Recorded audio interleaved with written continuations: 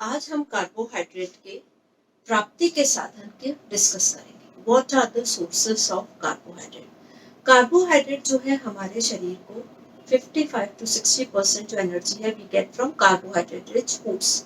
अब कौन कौन से फूड्स होते हैं जिनसे जो कि कार्बोहाइड्रेट रिच होते हैं? तो हम बात करें तो शक्कर, जो शुगर होती है that is rich in carbohydrate. उसके अलावा बूरा, जो बूरा होता है, फिर गुड़, गुड़ से भी मिलती है चीनी, उसके अलावा शहद, फिर खांड, गेहूं, मक्का, चावल, दालें, जमीन कंद, ठीक है, अरबी, आलू, गाजर, शकरकंदी, केला, सेब, नाशपाती, आम, सूखे मटर, उसके बाद किशमिश, जो ड्राई फ्रूट्स की हम बात करें तो किशमिश जो होता है वो कार्बोहाइड्रेट में बहुत रिच है। फिर मुनक्का आपने सुना होगा, खजूर है उसमें भी कार्बोहाइड्रेट होता है, अंजीर, मूंगफली, काजू, दूध, पनीर, खोया, इन सब में कार्बोहाइड्रेट बहुत अधिक मात्रा में पाया जाता है।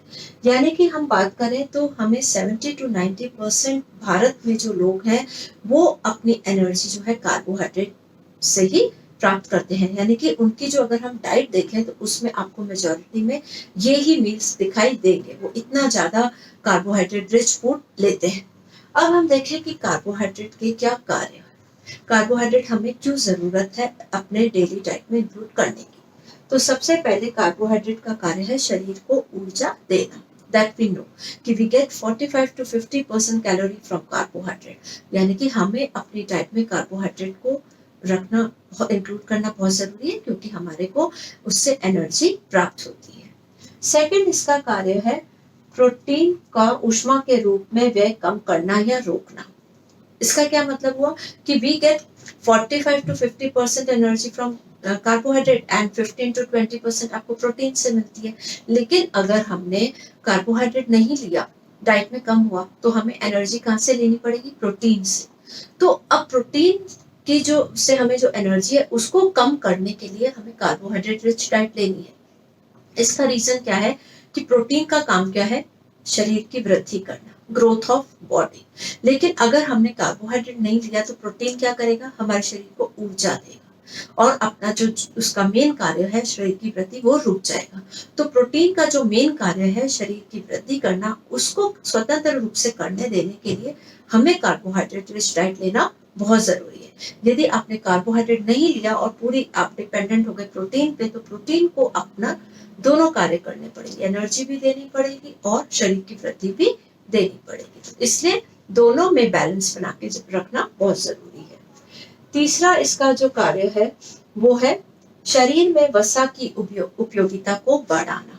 That is also very important कि हम अगर बॉडी में देखें तो कार्बोहाइड्रेट, प्रोटीन और वसा का पाचन सेपरेट शुरू होता है, लेकिन बाद में जाकर के इनका जो चयापचय है वो जुड़ जाता है। यानी कि ये एक दूसरे पे डिपेंडेंट हो जाते हैं। अगर कार्बोस सही मात्रा में नहीं होगा तो क्या होगा? इसका इफेक्ट किस पे आ जाएगा? फैट के मेटाबॉलिज्म में। फैट का जो ऑक्सीकरण है वो प्रॉपर नहीं होगा, वसा का ऑक्सीकरण नहीं होगा और उससे क्या होगा कि हम ये कह सकते हैं कि ऑक्सीजन और ऑक्सीकरण नहीं होने से हमारे शरीर में कीटोन्स इकट्ठे होने लग जाएंगे। ठीक है, तो इसलिए तीनों का प्रॉपर होना बहुत जरूरी है। कार्बोस की कमी से वसा पे इफेक्ट आएगा और बॉडी में कीटोन्स इकट्ठे होने लग जाएंगे। और खासकर अगर हम मधुमेह के जो रोगी देखें तो उनमें कीटोन्स कई बार जब ज्यादा वसा इकट्ठा होने लग जाता है तो उनमें कीटोन्स जो है वो मूत्र द्वारा बाहर निकलने लगते हैं और उनको कीटोसिस नामक रोग हो जाता है। यानी कि अधिक वसा का ऑक्सीकरण प्रभावित होने से कार्बन डाइऑक्साइड और वाटर जो है वो उसमें परिवर्तित नहीं हो पाएगा और कीटोन्स हमारे शरीर में इकट्ठे होने लग जाएंगे। तीसरा इसका जो कार्य है वो है कैल्शियम अवशोषित करने की क्षमता बढ़ाता है। ये हमारे शरीर में हम कह सकते हैं कि कैल्शियम को जो अवशोषित करना है वो इसका बहुत बड़ा कार्य है कार्बोहाइड्रेट का, तो वो उसको बढ़ाता है। यदि हम कार्बोहाइड्रेट कि अगर हमारे शरीर में कमी होगी तो कैल्शियम का अवशोषण कम हो जाएगा and that will effect our body. Then उपयोगी बैक्टीरिया उत्पादन में सहायक है। ठीक है। अगर हम बात करें कि हमारे शरीर में लैक्टोज जो होता है, लैक्टोज इंटेस्टाइन में जो है वो कैल्शियम का अवशोषण भी बढ़ा रहा है। दूसरा जो लैक्टोज जो है वो हमारे इंटेस्टाइन्स में जीवाणु बनाता है और वो जीवाणु जो है हमारे शरीर को रोगों से बचाते हैं।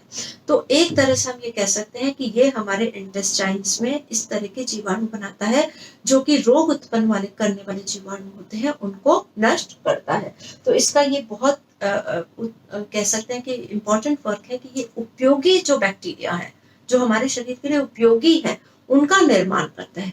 इवन वी कैन से कि जो लैक्टोज जो होता है वो ऐसे बैक्टीरिया उत्पन्न करता है जो कि मदर्स मिल्क से उसके बच्चे में जाते हैं और उसमें रोग प्रतिरोधक क्षमता जो है वो बढ़ती है।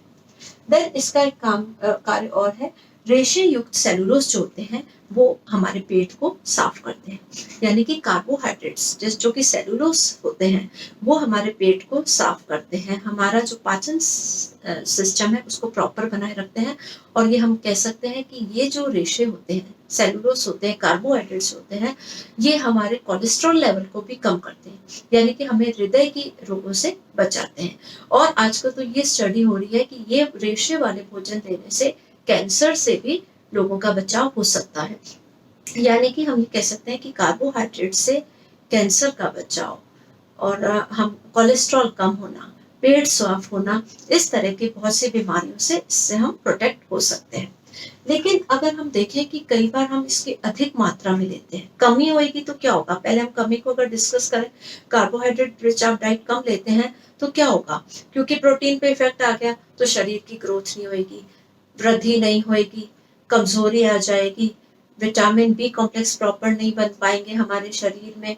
और इस तरह से हम देखेंगे तो बहुत से हार्मफुल इफेक्ट आएंगे आपकी ग्रोथ पे, कमजोरी और आंखों में इफेक्ट आना, बालों में इफेक्ट आना, हर तरह से हमारे इफेक्ट आ सकते हैं। लेकिन अगर अधिक कार्बोहाइड्रेट लेते हैं तो उसका भी हार्मफुल इफेक्ट है। अगर आप अधिक लेंगे तो आप कई डिसीजेस भी हो जाती हैं, जैसे कि मधुमेह, डायबिटीज में कार्बोहाइड्रेट हमें कम लेना चाहिए। ठीक है। उसके अलावा हार्ट प्रॉब्लम होती है तो भी बहुत अधिक कार्बोहाइड्रेट नहीं लेना चाहिए। इसके अलावा जो मेन इसका वो है ओबेसिटी, यानी कि मोटापा हो जाता है। अगर हम अपनी जो कैलोरी रिक्वायरमेंट है उससे अधिक 200 कैलोरी पर डे लेते हैं तो हम ये माने कि एक माह में हमारा 1 किलो वजन बढ़ जाता है। यानी कि आप अगर कार्बोहाइड्रेट रिच ज्यादा लेते हैं तो आपके शरीर में फैट डिपोजिशन भी बढ़ेगा और मोटापा जो है वो बढ़ जाएगा। तो अगर हम देखें तो हमारी जो प्रतिदिन की मांग है इसकी वो है 400 से 500 gram carbohydrate we should take daily.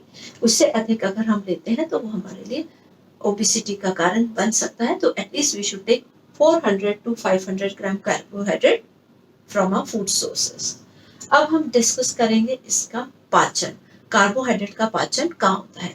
सबसे पहले तो हम बात करें मुंह के अंदर लाल ग्रंथियां होती है, उसमें एक टाइलिन एंजाइम होता है जो कि क्षार प्रकृति में कार्बोहाइड्रेट पर क्रिया करता है और जो मुंह में स्टार्च होता है उसका पाचन शुरू हो जाता है and it is converted into dextrin. Dextrin हमने कहा था कि जब हम रोटी पकाते हैं तो ब्राउन कलर की हो जाती है, तो starch is converted into dextrin. फिर अमाशय में, जैसे ही भोजन अमाशय में आता है अब वो अम्लीय प्रकृति का हो जाता है और वहां पे पेप्सिन एंजाइम होता है और एक हाइड्रोक्लोरिक एसिड होता है, ये मिलकर जो है इसको डेक्स्ट्रिन में परिवर्तित करते हैं और दो डाइसेक्राइड्स में इसका परिवर्तन शुरू हो जाता है। जो स्टार्च होता है उसका परिवर्तन डाइसेक्राइड्स में शुरू हो जाता है। देन पक्वाशय में, पक्वाशय ड्यूोडेनम में जाकर क्रोम ग्रंथि से पॉलीसेक्राइड्स जो होते हैं they are converted into disaccharide. यानी कि इसका जो मेन डाइजेशन होता है वो शुरू मुंह से ही हो जाता है, लेकिन अमाशय से होता हुआ जब ये छोटी आंत में जाता है, ड्यूोडेनम में जाता है, देन इट इज जो बचे हुए स्टार्च होते हैं they are again converted into disaccharide and monosaccharide.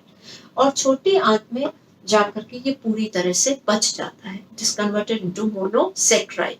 यानी कि हम ये कह सकते हैं कि 90 to 95% जो कार्बोहाइड्रेट है वो छोटी आंत में जाकर के पच जाते हैं। उसमें हम देखें तो माल्टोस जो होता है it is converted into glucose plus glucose. ठीक है। लैक्टोस जो होता है वो ग्लूकोज प्लस गैलेक्टोस में कन्वर्ट हो जाता है और सुक्रोज जो होता है वो ग्लूकोज प्लस फ्रक्टोज में कन्वर्ट हो जाता है और अंत में सब ग्लूकोज में परिवर्तित हो जाते हैं। क्योंकि हमने पहले भी पढ़ा कि स्टार्च की जो सबसे सरलतम इकाई है वो है ग्लूकोज।